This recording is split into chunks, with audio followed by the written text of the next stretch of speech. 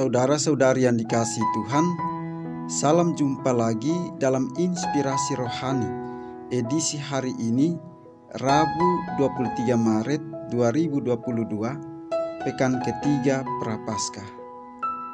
Marilah berdoa. Dalam nama Bapa dan Putra dan Roh Kudus. Amin. Saudara-saudari yang dikasihi Tuhan, inspirasi rohani hari ini diambil dari Injil Matius bab 5 ayat 17 sampai dengan 19. Dalam khotbah di bukit, Yesus berkata kepada murid-muridnya, "Janganlah kamu menyangka bahwa aku datang untuk meniadakan hukum Taurat atau kitab para nabi. Aku datang bukan untuk meniadakannya, melainkan untuk menggenapinya. Karena aku berkata kepadamu, sesungguhnya selama belum lenyap langit dan bumi ini, satu iota atau satu titik pun tidak akan ditiadakan dari hukum Taurat sebelum semuanya terjadi. Karena itu, siapa yang meniadakan salah satu perintah Taurat sekalipun yang paling kecil dan mengajarkannya demikian kepada orang lain, ia akan menduduki tempat yang paling rendah di dalam kerajaan surga.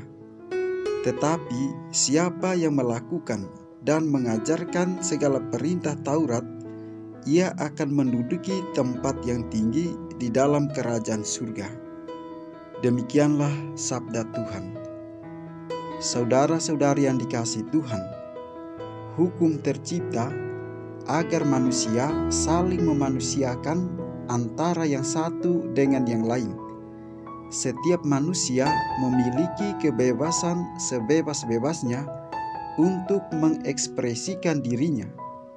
Kebebasan tiap-tiap individu itu tentu saja akan dibatasi oleh kebebasan individu lainnya. Hukum atau aturan dan norma yang ditetapkan bertujuan agar hidup manusia menjadi teratur dan tentram. Begitupun dengan hukum Taurat yang ditaati oleh kaum Farisi. Karena ketaatannya kepada hukum, mereka lupa bahwa manusia lebih berkuasa dari hukum. Praktek yang mereka laksanakan demi tegaknya hukum menjadikan manusia tidak lagi berharga. Hukum Taurat pada zaman Yesus maupun hukum gereja saat ini adalah bukti cinta Allah pada kita. Ia ingin hidup kita selamat.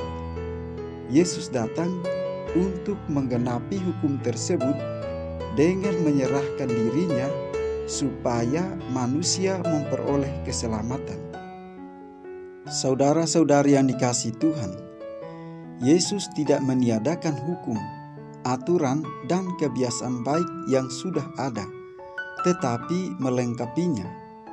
Hal ini ia nyatakan agar manusia tidak jatuh ke yang lahiriah saja, tetapi juga dan terlebih-lebih yang dapat menghidupkan cinta kasih.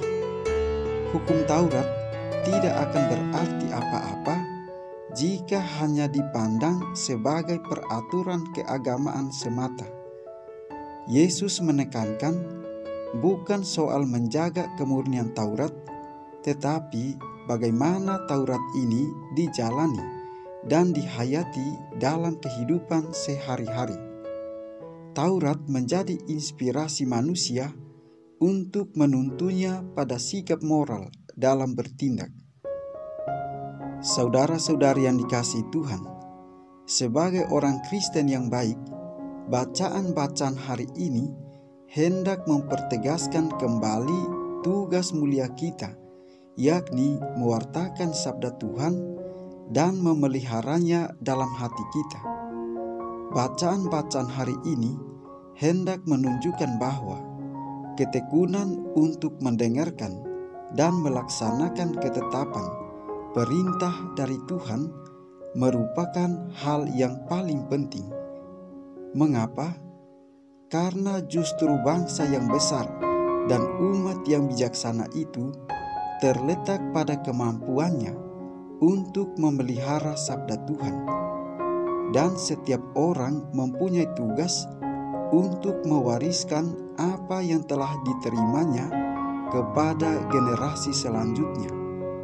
Sebab kehormatan seseorang itu justru terletak pada kemauan untuk melakukan dan mengajarkan firman Tuhan itu. Karena itu, mau dan mampukah kita untuk siap menghayati dan memelihara serta mengajarkan firman Tuhan ini kepada orang lain? Saudara-saudari yang dikasihi Tuhan, di zaman kita dewasa ini ada banyak peraturan dan hukum yang beredar. Dasarnya tetaplah sama, yakni demi keselamatan manusia dan menegaskan cinta kasih. Inilah yang seharusnya menjadi kriteria kita dalam menerapkan hukum. Apakah kita sudah termasuk orang yang bergerak di jalur itu? Sekarang dan mulai saat ini, tugas kita adalah menggenapi hukum kasih dalam hidup harian kita. Marilah berdoa. Ya Tuhan Allah yang Maha Adil, Engkaulah kekuatan hidup kami. Perhatikanlah kami dan dengarkanlah suara pengaduan kami. Bimbinglah kami untuk menjalani hari ini dalam kesederhanaan dan rasa tanggung jawab. Semoga kami tidak membalas kebaikan sesama kami dengan sikap acuh tak acuh.